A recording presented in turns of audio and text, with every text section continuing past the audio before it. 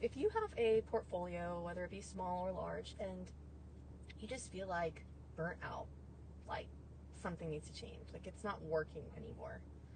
Maybe 5 years ago, 4 years ago, you were going along gangbusters. It was just cash flowing like crazy and you felt like you had it all figured out. That was kind of me. I really thought my portfolio was the bomb. I am approaching 40 years old this year. I'll be 40 in December. And I had a goal at the beginning of this decade to have 40 units by 40. 40 by 40. And I'm just going to speak from the heart, y'all. That did not happen. And I got my real estate license as well in this decade. And I had small children. We built a house that was it was a lot. It really took over our life for a few years.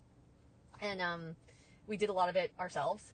And anyway, I didn't get that 40 unit goal. And that's okay. That's okay. I have 5 units plus 1 flip going on right now. Thank goodness is under contract. And I'm tired. I'm really tired.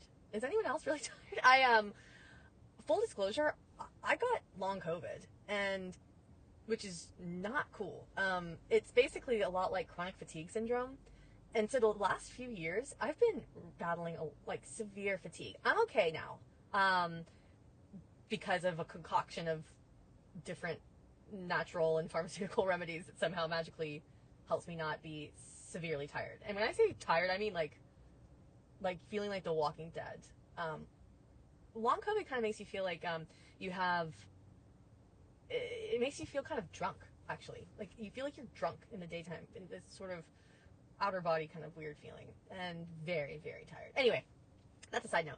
But I'm tired. I don't know how many other people are walking around feeling so tired and they don't know why, but maybe that's why. You should look into it. But long COVID aside, I think a lot of us are pretty tired. I'm gonna be honest. People have kind of been shitty.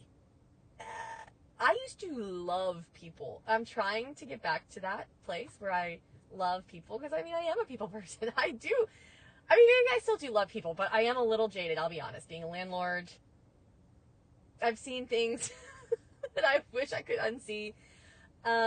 People take advantage. People are gross. Having Airbnbs, y'all know, it's nasty sometimes. Like, gross. I'm just over it, y'all. I'm over it. I don't really want to deal with tenants anymore. I had a VA for a few years. That was great. And then I had to refi my duplexes. I had a ton of equity, so thank God I was able to do that because we needed it for some debt consolidation due to building our home ourselves, largely with cash and credit cards, which is a whole other post I should create, a whole other video I should do about how we did this. So anyway, we found ourselves in quite a hole, and we had to refi. And I thought it was going to still cash flow and be great. And then last year was a really bad year for Airbnbs. I have a mixture of Airbnb midterm and long term. And so it ended up not being great. And I overextended myself.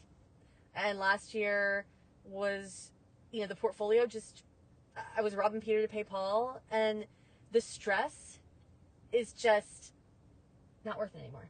It's not worth it. So I'm getting out. I'm not quitting real estate, and I'm still a realtor. I'm still going to be an investor. I don't know what we're going to invest in yet. Maybe I'll just do flips. Maybe I want to do commercial.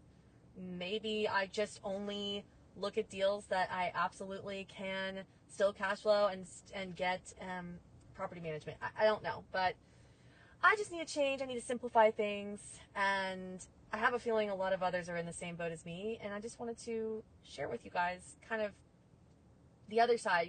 It's really exciting to buy. It's exciting when, to run the numbers and things work out. And then this is the other side of it where, sometimes things change. It wasn't just the Airbnb market last year.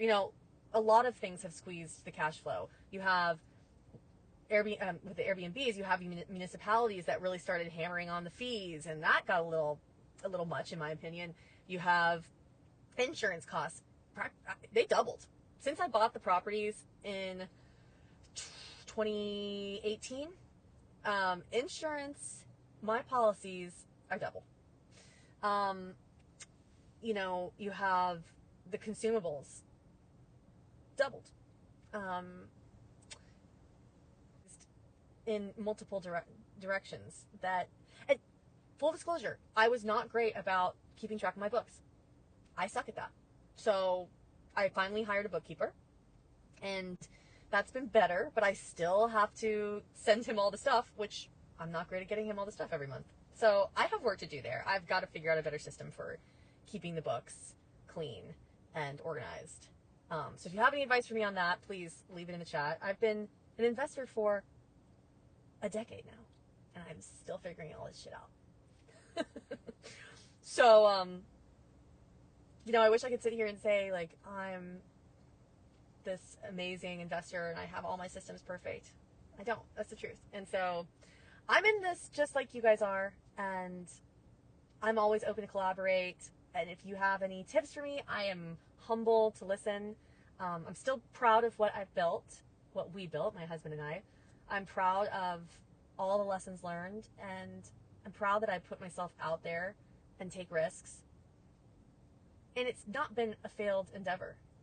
I just need to have a change in this portfolio. I need to